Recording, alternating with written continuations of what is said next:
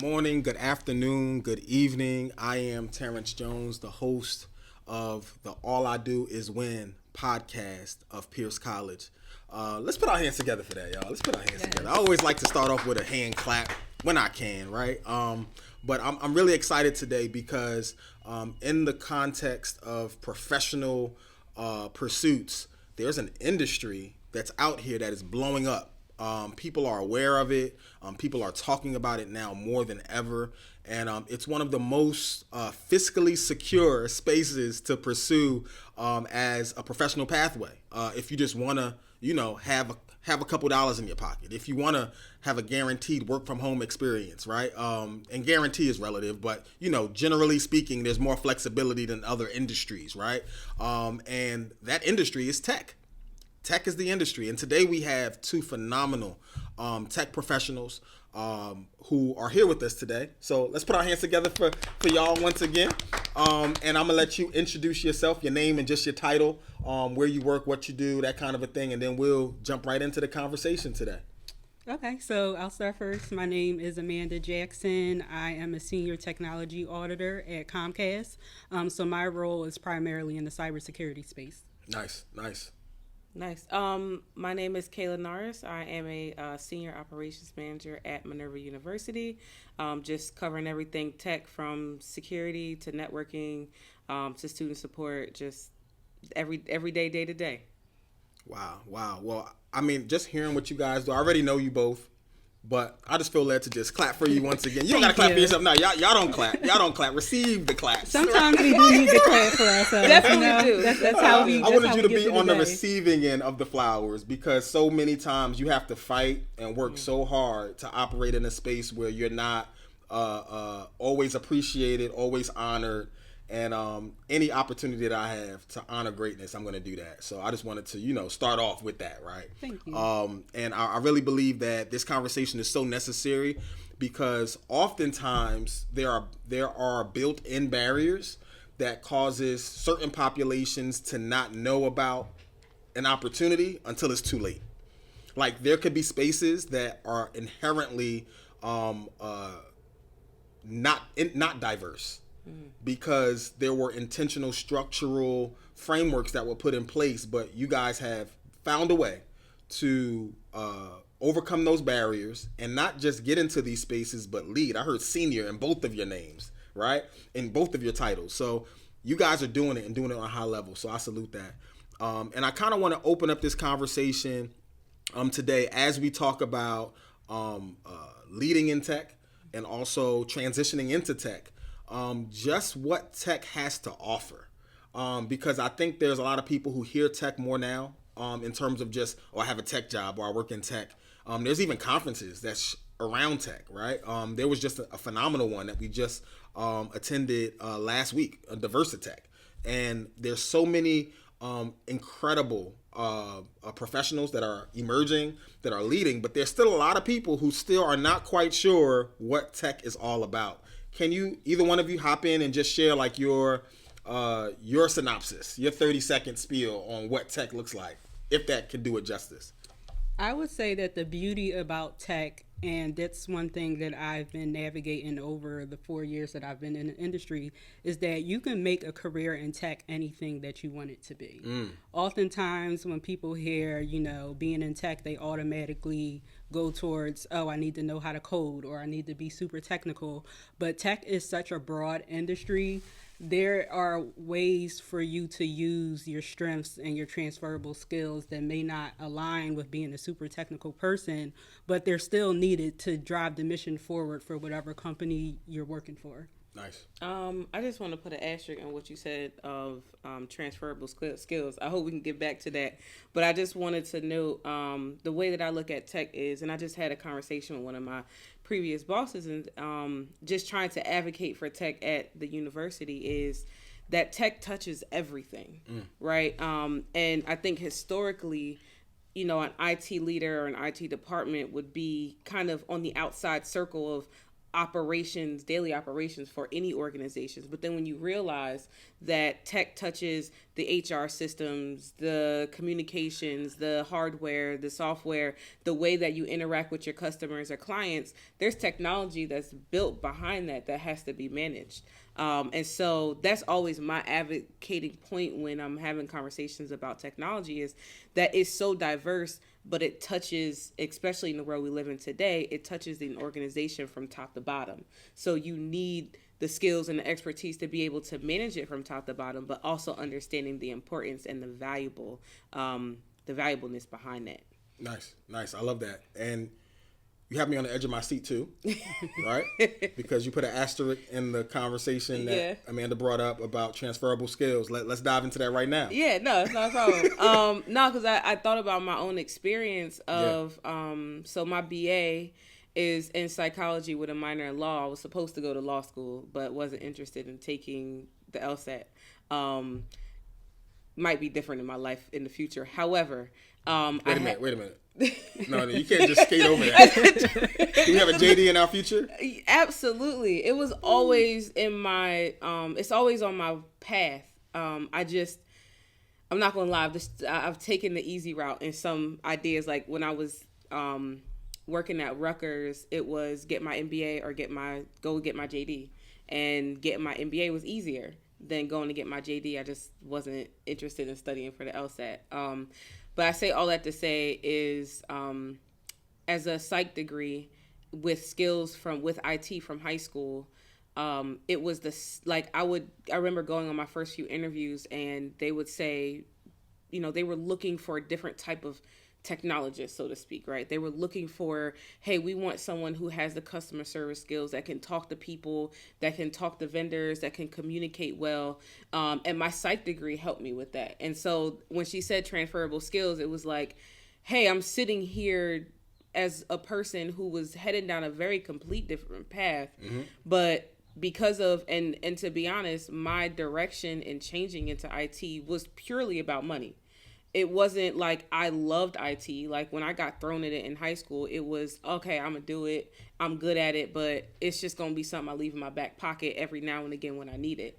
Not anything that I was going to use every day. So making the transition my junior year was like, I haven't taken one psych, oh my goodness, internship. Yeah. I was just trying to finish my degree at this point because Rider University is expensive. I'm trying to get out of here and do, what am I going to do? And I was like, I'm going to combine these two and figure it out. And in doing so has led me here. So I just wanted to note that, like, you can really be in anything and transition into tech real easily because there's so many different types of transferable skills because of the diversity and broad spectrum of all the different skill sets.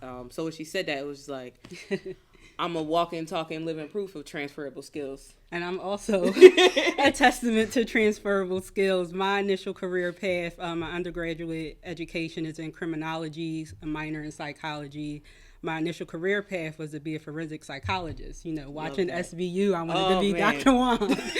Getting into the minds of criminals and things like that. And that was my initial career path. But I kind of pivoted a little bit away from that, and coming out of college, I worked with youth, worked in urban communities, juvenile justice, youth violence prevention work. That was kind of my arena.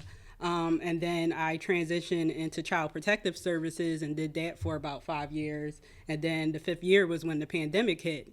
And the pandemic was, I feel like, was like a wake-up call to everyone. It really helped everyone kind of put things into perspective. Like, this is where I'm at in life right now. There's so much uncertainty in the world. If I want to make a pivot or try something new, now is the time to do it. It was just a lot of energy in the world where people had the courage to try something new. So it was at that moment that, there were so many, so much news in the news cycles about companies being hacked because everyone was making that digital shift online to try to resume critical business functions as, everyone was home. And it was kind of hard for me to ignore, especially for someone that wasn't even in tech at the time, all of these companies being hacked and things like that. And I was just like, like something's going on here. And that, led me down a rabbit hole. I did a deeper dive and I was like, oh, cybersecurity. This is an actual thing. This is an actual career option for me, especially coming from having a criminology degree. I was like, okay, I don't want to necessarily start from scratch. Yeah. What can I tie my criminology degree to make this make sense? And cybersecurity was what I, chose. I did go back to school for my master's in cybersecurity at the time. Again, the world was shut down. If I'm going to do it now, limited distractions, now's the time to do it. But what really made it possible for me to make that transition in such a seamless way was really highlighting my transferable skills, working in child protective services, working in social services. Documentation is a huge thing, which a lot of people that work in the tech industry, they often lack soft skills, such as being able to narrative reporting, writing, or being able to build relationships and communicate effectively. And those were all strengths that I brought to the table working in social services. And I really think that really helped me separate myself from the rest when it came to interviews and, applying for roles and really showing my strengths, so how I could use those skills, but just in a different capacity. Before you say anything, Terrence, I can feel you. Let me just give you a girl clap because you are 5 years post-pandemic as a senior leader at your organization. Like, that's crazy. So I just wanted to applaud you for that. Thank you. For being able to make the transition successfully, and also be in a position of leadership. Come on. Come on. You can't make that up. It didn't happen by luck. It was hard work, and it was strategy. Say that. Lean, and it was that's strategy. That's a fourth wall statement. Say that again. It didn't happen by what? Hard luck. It was, it was hard work, and it was also strategic planning. Not just blindly doing things, but doing things with intent and coming up with the strategy to make sure that the dots connected. Come on. I appreciate that.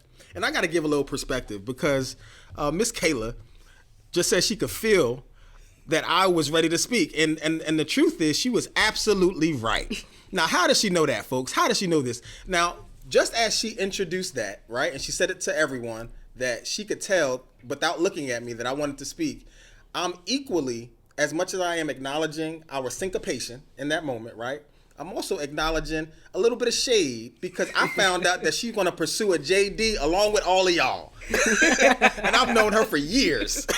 And I just found out in this very moment about this JD pursuit. So I just want to throw that back at you. Oh, okay. I hope you can feel that. I feel it. It's getting a little... But, yeah. But it's all good, right? It's all love. Now, listen. When I love what the both of you said, and it made me think back to how... the journey of you both breaking into tech and deciding that tech was a pathway was not the origin story. It wasn't like you were 6 years old saying, when I grow up, I want to be a leader in tech. Like, that did not happen. And what I've begun to realize, especially as I think it began to be promoted, maybe within the last 10 years, that tech was one of those industries that doesn't have enough people to fill the open roles that were that are being created, right? So, but I don't think there was enough information about the pathways into it, which caused there to still remain a deficit because people still thought traditionally about their pursuits as they went into college, as they looked for jobs, and as they framed their preparation for the workforce. But then I began to think about myself, and I said, Terrence, I think you might be in tech. I think you might be. And this is the perspective that I'm sharing. That, of course, I want to get your perspective on as well. Reel me in if I get too far off of it, like, nah, you ain't really tech. But I had a business dream, and this is years ago, of starting a company. And when I wanted to start the company, I didn't have support in terms of technical support to get this thing off the ground. So I began to look around and see, all right, what would it cost to get a website developer? This is before sites like Fiverr and stuff like that. And then even that, it's a little nuance. It's not just paying somebody $25 or $125. Like, there's a lot of stuff that's to that, right? Finding someone that could do it, finding someone that could then maintain it, and then guaranteeing that what they've created is actually a solid one-to-one representation of what I envision. And that process was very daunting, and it actually held me back and kept me from starting. So what I did was I found like a no-code website, creator-generator website, and I began to create a website, right? And I never created a website before. But my first business website, I created myself. Am I tech? Very much tech. I'm tech. I'm gonna call you tech adjacent. I'm tech. Very much Now tech. let me go a little bit further, right? Because it doesn't stop there. There's a business idea that I have that I'm not going to release here, but the business plan involves extrapolating the educational competencies and putting them into a format where it removes the speaker but creates a portal where this can be done, like a course per se. And I began to go into different like tech spaces where there was like, I started looking up like tech workshops. Because I'm like, if I go to a tech workshop, it's likely that tech folks will be there. Right. You know, so I would go and I would meet different folks. And there was this gentleman who I spoke to about my plan. And he says, yes, that's a very practical plan. It's very sustainable and it's actually really smart. But if you do it with us, it's going to cost you this much money. Mm-hmm. And when I looked at the number, I said, well, I don't have that right now. He says, yeah, I didn't think so. And he says, let me know when you have a plan and the money. And I said, in that moment, what? Right. Because he really played me out all the Right. way, right? And I was one thing to have, and I'm kind of bearing my heart in this moment, so bear with me as I do this. But in that moment, what I felt was that I was being dismissed with the vision that I had, the dreams that I had, and recognizing that tech was the pathway. He acknowledged that, but also acknowledged that there's also a barrier of resources. And what I also realized after the fact was, and let me backtrack a little bit. So what I did in that moment was I said, let's take a photo just because I'm glad I met you today. He smiled for the photo and everything. And I saved that photo and I like the photo. So that way it's in a special folder because as this plan develops and works, I'm going to find that man and I'm going to send him an email when this business goes. Now, it's not for him. It's not about him. But that's something that I think we see strategically where I've discovered that there was pathways to do what I was asking him to do that did not require the number that he presented to me. There was always easier pathways. So in that work, I've become more familiar with platforms, with processes, and have aligned myself with people like yourself who are knowledgeable in this space to be able to create this and build this thing out. Now I'm going to represent that question. Am I more than tech adjacent, or am I? You in the circle. I'm in the circle. That's what I wanted. I would add I'm tech, y'all. I'm tech. I would like to add a point to that Yeah, because please. oftentimes we see that. I know just for me, I didn't know anyone in tech growing up. When we did career days at school, cybersecurity was not presented to me as a child, getting educated in the Philadelphia school district. I'll take it even further is that once I started to understand, the tech industry, all I saw was primarily white men. So I didn't really even think that there was a space for me as a woman and also as a black woman. And oftentimes, like when you hear like strategies about getting in tech, it's like, oh, you need to have this credential or you need to have this experience. You need to know how to do X, Y, and Z. But I've learned is that you can listen to people's advice and their insight, but you have to take it with a grain of salt. And you also have to learn the importance of being resourceful. You may not have $15K to dish out for a boot camp, but if you have the discipline to self-teach yourself, there's a lot of online resources that are available at your disposal that you can learn those same skill sets that you will learn if you were to invest thousands of dollars into a boot camp or a degree, etc. So yeah, I always just try to take people's advice with like a grain of salt because like the way you did things is fine, but it's not the end all be all, and it's not one size fits all. People, we live in a world where we have a lot of access to resources and information that I can, make my way around what you did. Even if it may not make sense to you because you navigated it in a different way, but it's not one size fits all. And I appreciate that perspective too, right? Because I think sometimes we don't realize how much, and this isn't speaking from one side, just people who are sharing information, how sometimes the information that we share exposes our own privilege.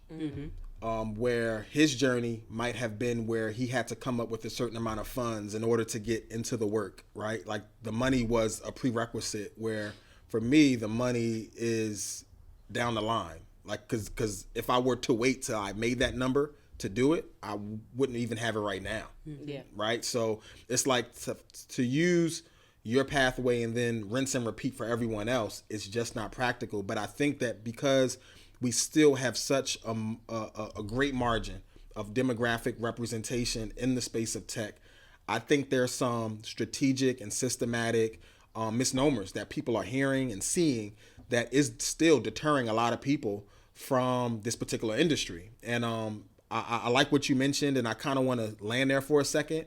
And can you think back to any, like, what's the worst direction or advice that you've received as a woman of color, in regards to your pursuit, or perspective that you were given that might have been like a deterrent in some kind of a way that you had to overcome in your journey to being a tech professional?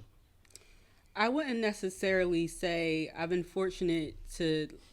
I wouldn't necessarily say that I was given any type of advice, but just my lived experience during my transition. Like when I went back for my master's degree in cybersecurity, there were often times where I would be in the class. I would, one, be the only woman on the entire roster, or I would be the only black person on the entire roster, or sometimes a combination of both. And I experienced things, like when it came to group assignments, oh, I'm part of the group, but somehow I got left off the email chain. And now, the project is making progress, and I have no idea that progress is even being made. And then, I'm gaslit when I try to address the situation. So like things like that could almost try to make you feel like you don't belong, or you don't necessarily belong in the space, or that you start to think like, oh, okay, am I even made out for this? Like, is this going to be my experience once I graduate from this program and actually enter the workforce? So I would say that's primarily what I experienced during my journey. I didn't have anyone say anything to me, but I would say that my experience, and I'm thinking back to a time when I was stuck. It was after I graduated college, maybe like 2010 to 2013. I got fired from a couple jobs, and I was like, man, I'm sitting on unemployment. I'm like, man, like maybe tech isn't for me. And a big part of that was most of my work experience. I was the only woman, or, similar to your experience of like being the only woman, being the only person of color, or a combination of both in these positions. And so I'm working twice as hard, doing more work and getting less for it. Like I remember I worked for a clothing company doing like call center support for them doing IT, and I would close the most tickets every week. My name would be on the board every week, but I still didn't get a contract extended. But someone who wasn't of the same race as I, who did less than I did and seemed to be less invaluable than I was, got offered that extended contract, and I didn't. And so it was getting those doors closed where I sat and thought to myself, like, I don't know if I could do this anymore. I don't really know if this is for me. But there was like this like daunting voice in my head that still kind of continually speaks today, is that I knew that what I was representing was more important than maybe how I felt. I knew that being a woman of color in IT was valuable, and that if I decided to leave the industry at that point, at that moment, that talking to other women of color or other women in general about being in IT, that somehow I would lose my voice, and that I needed to work through those experiences and persevere through them so that I could stand on this platform today or any other platform to communicate my experiences. So it wasn't like someone was like, hey, Kayla, you shouldn't do it. It was just what the world was pushing on me at that time, where it was like, maybe this isn't for you. Maybe you don't need to be here. But I worked through it and pushed through it because I felt like there was a need. And I'm a just tangent for like a half a second, because I had recently did an interview And at the end of the interview, it was like an older gentleman, and this guy goes, "I just want to congratulate you." He said, "This is the first interview I've ever been on with a woman of color in your position. Like, I've been in IT for 15, 20, 30 years, however long he had been in IT for, let's say 20 plus. I had never, like, this is the first time." And I sat and thought to myself, and I said, that has got to be crazy. That I'm your first, like, manager, potential manager doing this interview for you. I see your resume. You got 20 plus years of experience, and you've never worked with, been interviewed by a woman of color in IT. You know, at first. So reframing this, you're the one that's interviewing him. Yeah. And in his profession, he's older than you. Yes. And has been in the field longer than you. Yes. It sounds like he's been working in IT just as long as you've been alive. Yes. Pretty much. Yes. And he's never seen someone that looked like you. Yeah. Wow. What both of you said is very, very heavy from the standpoint of, I think the something that stood out firstly was the fact that both of you to that question said, I didn't have a voice. When I said, what were the voices of advice? And you both said, starting off, I didn't have a voice. Especially since we talked so much about mentorship. We did an episode earlier in the season about mentorship. We talked about mentorship all first season of this podcast. It sounds like there's a deficit of mentorship pathways for persons of color in the tech industry. And the fact that you both did what you accomplished outside of the mentor, I think is phenomenal. I think that's, again, another place for roses, to be laid at your feet. Another thing I want to mention is that when we talk about holistic work, a lot of people understand that phrase now more than ever. We weren't talking about holistic when I was coming up, but now holistic is very real. And holistic is addressing the whole person, right? Not just one frame of us. And we acknowledge that we are mind, we're body, and we're spirit. Nobody questions that. Like, you can go to a workout place and they'll still say mind, body, and spirit. If you go to the doctors, they'll say mind, body. Nobody challenges or pushes back on that. A lot of times we have practical application for how we navigate our mind. We have practical application for how we navigate our bodies, right? But oftentimes our spirit is just a free-for-all. And there's something that you said that I think really taps into that third lane of our holistic self. When you said, I heard a voice. I heard a voice. And what I want you to do is to help our students, help our audience who may not have a mentor, but they still have a voice. How do they identify that? And what does that voice sound like?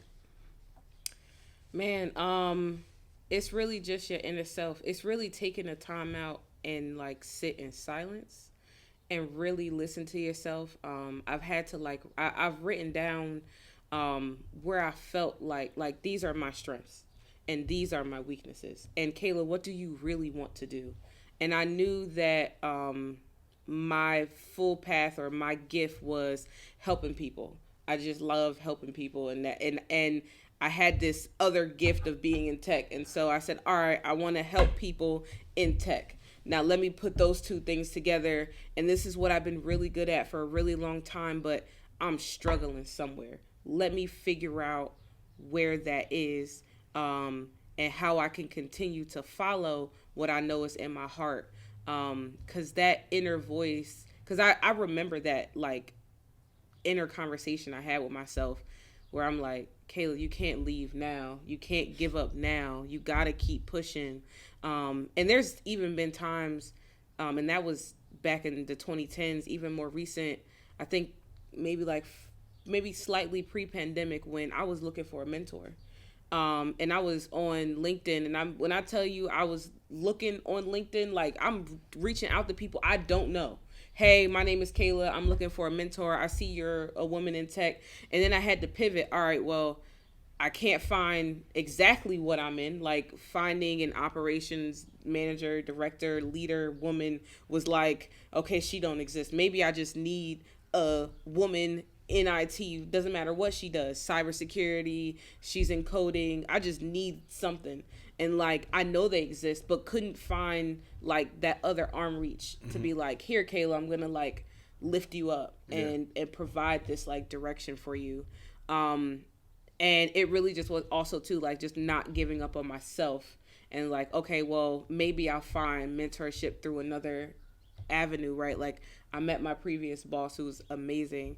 And she saw things in me that through my 15 years in IT, no boss has ever, like, without me saying, because she's like, Kayla, I forgot what we were talking about. We were talking about going to a conference. She was like, Kayla, you should be speaking at that conference. And I was like, yeah, you're right. Like, but I just wanted to go. You know, I wasn't even thinking about it.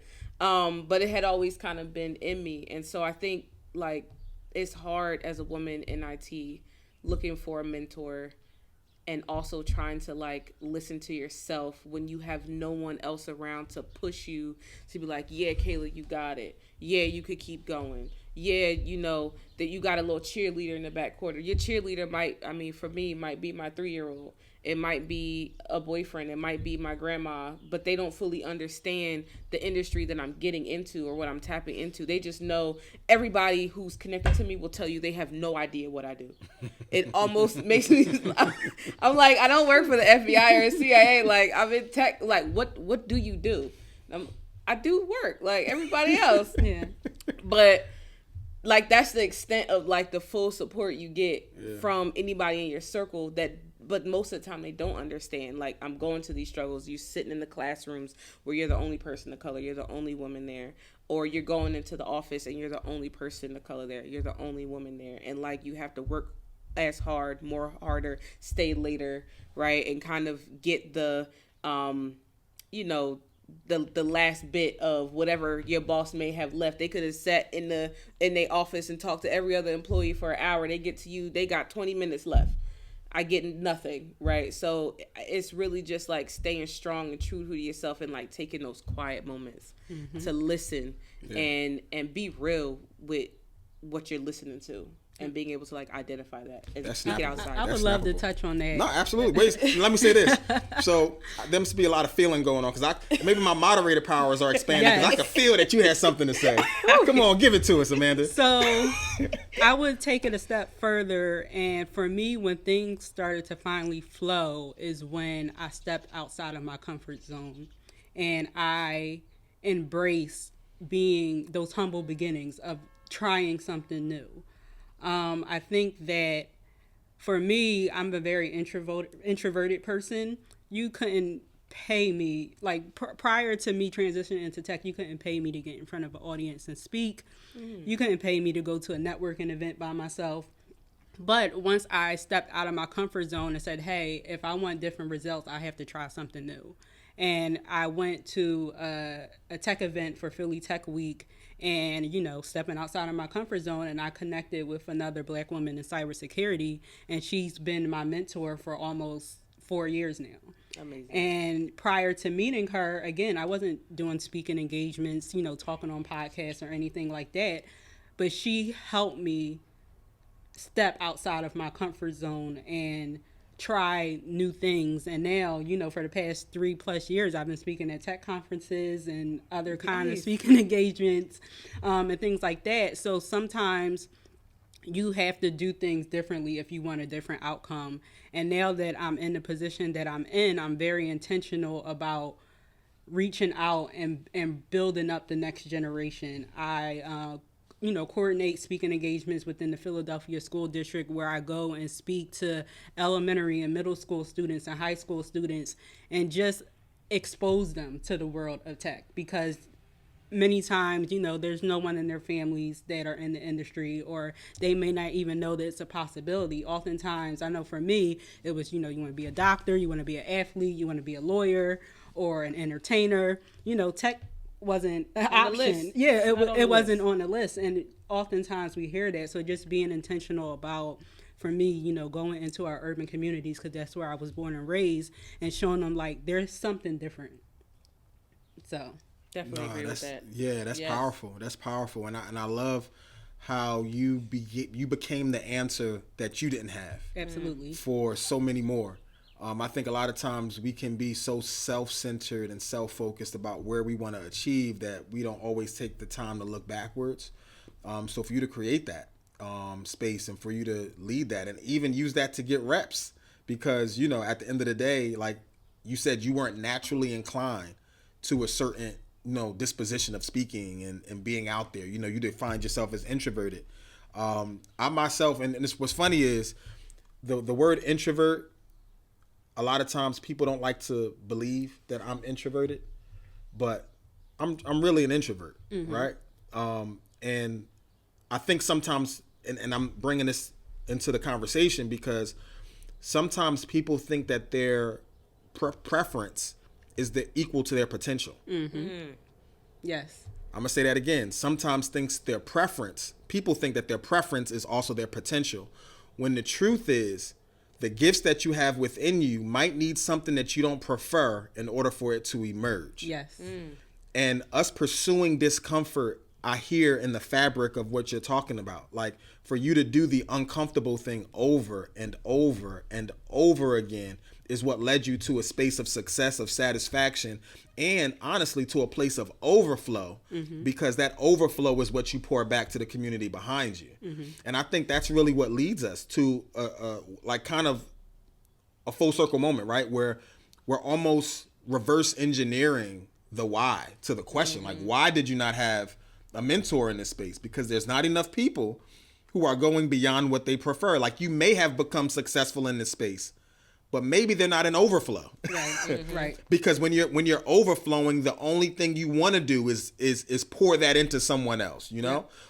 So I kind of want to speak to that principle separate from tech, just in life, about how you find the hard thing, right? And say, I'm gonna go in that direction, when there's always an easier path that you're tempted to go down as well, that will not give you the same outcome. So I remember what caused the mind shift for me was I went to a networking event and I expressed to someone, you know, like, this is totally out of my comfort zone.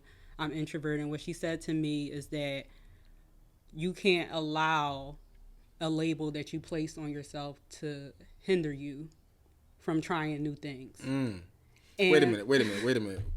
So that's a bar. Yeah. You can't allow a label that you put on yourself to hinder you. To hinder you. Okay, so she's like, okay, you may identify as an introvert, but that doesn't mean that you can't do hard things. Ooh. So if you go to a networking event and you know, having small talk with people is not your thing and it drains you, how about you come up with a game plan and say, hey, I'm going to go to this networking event, and the goal is maybe just to connect with 2 people. I don't have to stay there for an hour and a half and work the room and connect with a bunch of different folks. Come up with a tangible goal for yourself. Hey, I want to go to this event and I want to connect with 2 people. If mentally I feel drained after that, I allow myself to leave, but I accomplished that goal. Nice. And once I had that mindset shift, it made it easier for me to step outside of my comfort zone because I was doing it with a plan and with a strategy. Nice. I like that. That's what you call practical application. I love that. And I'm sure that if you're listening to this podcast today, you've got something, even if you're not interested in tech, that you can use and apply to your professional pursuits. I guarantee that. I stand 10 toes down, right? Hands on the table, 10 toes. That's your toes. 10 toes down. So listen, we talked a lot about the transition into tech, right? I think a lot of the things we spoke about are really critical to that. And we haven't even really broken all the way in, but this is only, one episode, right? There's so many things I have on my list that I wanted us to talk about, like how to negotiate getting a bigger bag in tech and all this other stuff. A lot of dope stuff that we could talk about another time. But I kind of want to talk about leading in tech and what that looks like, because even though there's some folks who may want to break into tech, there are some people out there who are already in tech and see opportunities in leadership, but may not think that that's for them. How do you envision yourself as a leader in tech and then go pursue it? I think for me, I natural born leader, so I couldn't help that, right? I'm a get what I came to get. And so I remember I was working this contract job back in the 2010s, and I met this amazing boss. I think it was at like Penn, and he would do these like daily newsletters, and I was like, wow, this is so cool. I remember at my first meeting, he said, I don't want anyone working for me that doesn't want my job. So if you don't want my job, I don't want you working here. Like, if you're not going into every position wanting your boss's job. And that stuck with me through every position that I've had, where I look at my boss and not that, like, because even now, you know, a boss or two, I go, I don't want to do what you're doing. But I look at the resume, I look at what success that they've had, and I go, okay, how can I garnish similar success in what I'm doing so that I could create a pathway for myself of stepping, you know, above that ladder to keep going. Yeah. And then there's also a part of my leadership that is me leading and being led, you know, both ways, where, you know, a couple of employees, you know, whatever it is that they're looking to do or get into, I'm gonna be full supported back, because their success is mine. And I take that very seriously, that I'm not going to, I think, what's the word I'm looking for? I'm not going to devalue people that work under me just because I'm a leader, just because I'm a boss, right? Like, me moving up means they move up. Me making a better shift or being success in this project is their success. And so whatever I could do to fill their pockets or pack their resume, I'm going to do, because that's going to inadvertently help me or directly help me.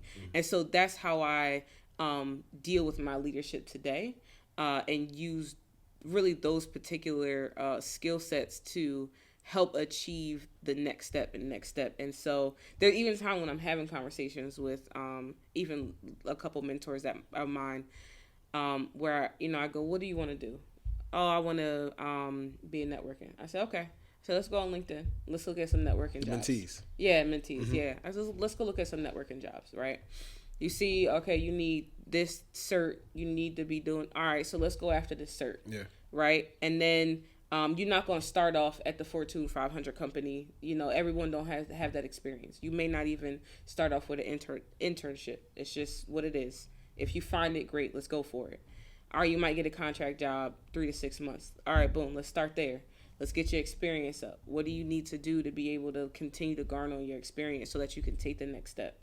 What education are you going to include in that? What are some of the day-to-day? Hey, maybe you're doing networking at church. Like, I know I took those experiences as well. Hey, I run all the tech at church. I'm the camera woman, the presentation queen. I'm all of it. And then taking that and putting it on a resume or describing how I'm managing some of these projects in my personal life as well. Yeah, I created a whole, you know, networking closet in my house because I wanted to break some things, and better than to break my own stuff. So I think, like, that's how I holistically look at my leadership and being able to carry my success through things that I do every day, and the people that I mentor, people that work for me, or just my friends, of like, let me be a part of your success so you could be a part of mine. Nice. Very rich. Amanda, what is your pursuit on this? So we're talking still, right? Right. Leadership. How do you envision yourself? How did you envision yourself as a leader in IT and tech space? So for a long time, I would say that I didn't. And I think it was because when I made the switch, I literally started from ground zero as an intern. Whereas I look at my peers, you know, if I would have stayed in my previous career, I would probably be like a director or something, or at the level of an executive director. But because I started over, I'm right back at the bottom of the totem pole, working my way up. But I had to realize is that I'm not starting from scratch. I have an immense amount of experience that I'm bringing with me that can still be used to pour into others. So that's really the kind of lens that that I approach, not just in my 9 to 5, but the work that I do in the community with mentoring people transitioning into tech, and just teaching them how to be resourceful, teaching, giving them opportunities to be exposed to different areas of tech, because although I work primarily in cybersecurity, tech is just so broad that you might decide that you want to do something else. So helping them connect the dots and cultivating relationships with them and other people that may be in my network so that they get what they need, even if I'm not able to provide it. Nice. I love that. And I think here's a great place to begin to land this plane. And I want you both to speak to our audience. As we know that this space lacks a large selection and opportunity with mentors, I want you to become everyone's mentor right now, right? Not from an elitist perspective, but just pouring out what you have as you've been doing so far. And one of the things I think is so common in these conversations is talks around like imposter syndrome. Imposter syndrome is really a buzzword right now in a lot of industries, but I'll say even more so in tech. And I kind of have this core belief that when you spend time thinking on the negative thing, it never really fully resolves. It almost makes you anticipate more of the negative thing. And I want you to speak in a different lane in this regard. And I'm going to use this word. I want us to amplify optimism. I want us to amplify the optimism of the people who are listening about the opportunity that lies in tech and the fact that this is not the end. Where they are is not the period, but because they're still breathing, because they're still here, there's still something to look forward to be hopeful for. And I want you to give some kind of a message that can amplify optimism instead of give a platform to acknowledge the imposter syndrome. We're not acting like it don't exist. Right. It definitely exists. But this is in direct opposition to that framework. Okay, so for full transparency, I transitioned into cybersecurity in my 30s. So, once I reach 30, oftentimes you think, okay, the career that I've been in, that has to be what carries me through the rest of my life. Girl, you over 30? You look good. Thank you. But just having the courage to start. Oftentimes we think too much. We, continue to gather information, gather resources and education, and we try to strategically plan, but oftentimes you just have to get started. And you can't allow the imposter syndrome to consume you, because that's most of the time, that's what causes you to never start and never put that first foot forward. And once you put the first foot forward, you'll see, you have to do it with intent, and you have to put actual effort into the steps that you're taking. You'll find that things flow so easily, doors open, but you really have to believe in yourself and take the first step. Oh, yes.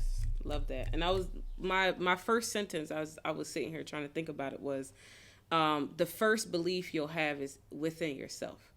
And so being able to listen to yourself and being able to push whatever it is that you're doing to the next level. And many of my experiences, whether it was anyone else or what I thought the outside world was telling me to do, I listened and heard myself. And so take the time to listen and hear yourself so you could be intentional about moving forward in your passion and in your strengths, and also working through your weaknesses. Just because, you're trying to make the next step in your life and your career in tech or without, doesn't mean that you don't work without trying to work on your weaknesses.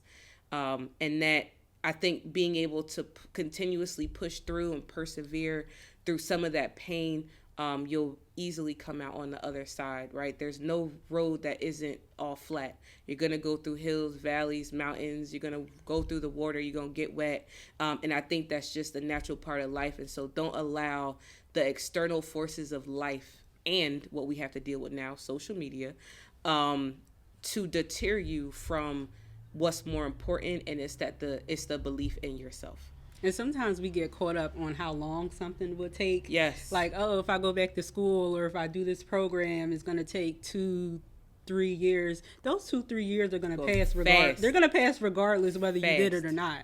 So for me, I would like to, when I get on the other side of that, I would like to know, okay, I actually did the thing that I, said that I was going to do, versus the time passing and I'm still in the same position that I was 2-3 years ago. Yeah. Yes. And I'm going to just say something quick to the mothers. Cause they say this, and I didn't believe it until after. They say after you have that baby, the last 9 months, the previous 9 months you forget about, right? From birth to everything before 9 months, you just forget. And it's true, because there's so much on the other side of that than what you just experienced in the previous 9 months. And so I carry that as well in life, in careers, in goals, is that that time frame, that time period, it's going to take me 4 years. That 4 years is going to go by fast, because you're going to be focused. You're going to have something to do. You're going to add to your schedule. You're going to be working on yourself. So that time is going to be invaluable and insurmountable to what's going to happen on the other side of that mountain. Woo! I could keep talking. Okay. If I could say one thing, we lit. Y'all lit. I'm so full right now. This was such a phenomenal conversation. I really truly appreciate both of you being here.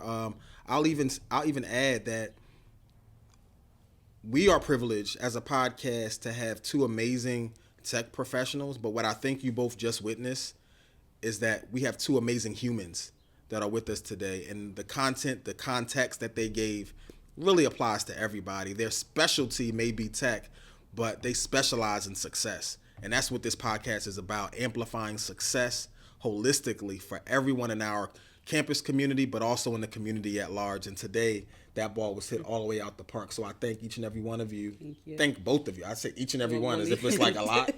It's a lot, because we said a lot. Yeah, y'all said a lot. Each and every one of the things that you said. I'm sitting over here like, sheesh. But it was so powerful, and I'm just so thankful for y'all being a part. And I also thank you for being a part of this podcast and expanding the reach that we have, right? Because we are actually branching out, and we're not just focused on the success outcomes of men, but it's for everybody. So I thank you for being a representation of more so of our community that includes everybody, and for being here today. And until next time, I look forward to each of you thriving and surviving. Peace.